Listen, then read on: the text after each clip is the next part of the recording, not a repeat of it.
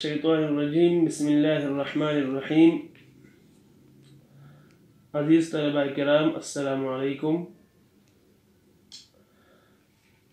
آج ہمارا سبق ہے سورۃ الانفال آیت نمبر 34۔ آیت نمبر 34 میں اللہ تعالیٰ فرماتے ہیں وَمَا كَانَ اللَّهُ لِيُعَذِّبَهُمْ وَأَنْتَ فِيهِمْ وَمَا كَانَ اللَّهُ مُعَذِّبَهُمْ وَهُمْ يَسْتَغْفِرُونَ۔ اس آیت کا پہلی آیت سے تعلق کیا ہے؟ اس آیت کا پہلی آیت سے تعلق یہ ہے کہ جس میں مشرکین مکہ نے کہا تھا کہ اللہ تعالی یعنی قرآن اللہ تعالیٰ کا کلام نہیں ہے، اگر واقعی یہ اللہ تعالیٰ کا کلام ہے اور واقعی اسلام حق ہے تو ہم پر آسمان سے پتھر برسا دیجئے، یعنی فَأَمْطِرْ عَلَيْنَا حِجَارَةً مِّنَ السَّمَاءِ۔ اور دوسری بات یہ کہی مشرکین مکہ نے اَوْ ائْتِنَا بِعَذَابٍ عَلِيمٍ، اگر یہ اسلام حق ہے یا قرآن مجید اللہ تعالیٰ کا کلام ہے تو آسمان سے ہم پر پتھر برسا دیجئے یا ہم پر دردناک عذاب لے آئیے۔ اس آیت کریمہ میں اللہ تعالیٰ نے فرمایا ہے کہ اللہ تعالیٰ نے مکی دور میں یعنی ہجرت سے پہلے عذاب کیوں نہیں بھیجا۔ اس کی دو وجوہات ہے۔ ایک تو یہ کہ اللہ تعالیٰ نے فرمایا تھا کہ جب تک کوئی گاؤں یا کوئی بستی میں نبی موجود ہو اور وہ حق کی دعوت دے رہا ہو تو لوگوں کو مہلت دی جاتی ہے اور عذاب بھیج کر اصلاح پذیری کا موقع ضائع نہیں کر دیا جاتا۔ دوسری وجہ یہ ہے یعنی عذاب نہ لانے کا دوسری وجہ یہ ہے کہ جب بستی میں ایسے لوگ موجود ہو جو اپنی غلط روی اور بے پرواہی پر اللہ تعالیٰ سے معافی کی التجا بھی کرتے رہو، اور اس وقت بھی اللہ تعالیٰ نہیں چاہتا کہ اس بستی کو اس وقت تباہ کر کے رکھ دے، خواہ یہ لوگ اللہ سے عذاب کا مطالبہ بھی کرنے لگے تب بھی عذاب نہیں آتا۔ یعنی جب بستی پر حجت پوری ہو جائے، اصلاح کی امید نہ رہے اور بستی میں اپنے درمیان صالح عنصر برداشت کرنے کے لیے تیار نہ ہو تو پھر عذاب کے لیے یہی مناسب موقع ہوتا ہے۔ یعنی جب تک حضور کریم صلی اللہ علیہ وآلہ وسلم مکہ میں تھے تو عذاب نہیں آیا، جب آپ صلی اللہ علیہ وآلہ وسلم مکہ سے چلی گئی اور آپ صلی اللہ علیہ وآلہ وسلم کے خلاف سازش ہوئی تو عذاب اللہ تعالیٰ نے لے آیا، لیکن عذاب کو اللہ تعالیٰ نے جنگ بدر کی صورت میں لے آیا، عام لوگ پھر بھی محفوظ رہے۔ دوسری آیت میں اللہ تعالیٰ کیا فرماتا ہے ان الذین کفروا ينفقون اموالهم ليصدوا عن سبيل الله فسينفقونها ثم تكون عليهم حسرة ثم يغلبون۔ ان الذین، یہاں پہ سبیل اللہ یعنی سبیل کا لفظ آیا ہے، اس سے مراد ہے اللہ تعالی کا دین یعنی اسلام ہے۔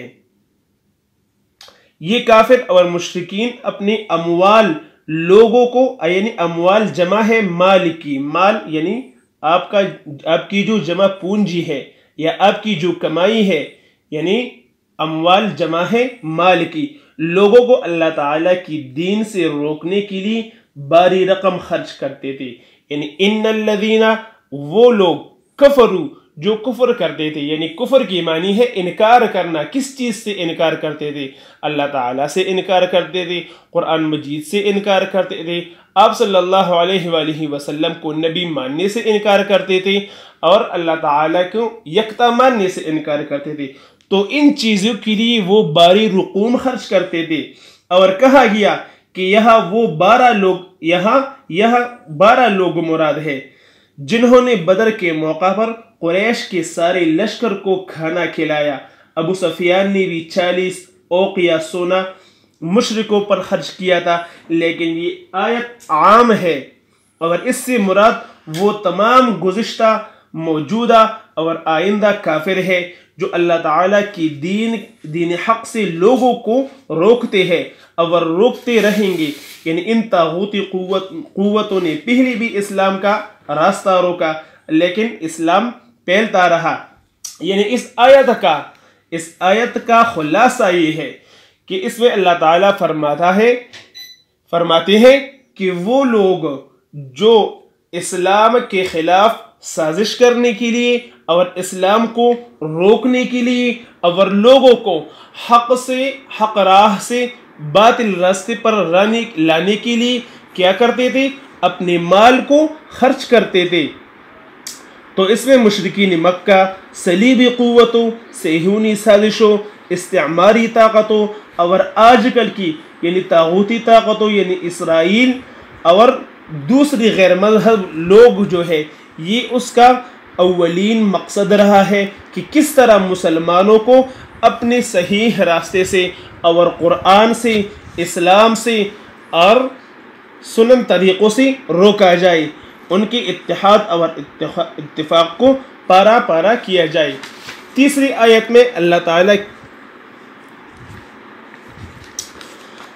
اب ہم ان آیتوں کا ترجمہ کرتے ہیں. وَمَا لَهُمْ أَلَّا يُعَذِّبَهُمُ اللَّهُ وَهُمْ يَصُدُّونَ عَنِ الْمَسْجِدِ الْحَرَامِ. وَمَا لَهُمْ اور ان میں کیا ہے؟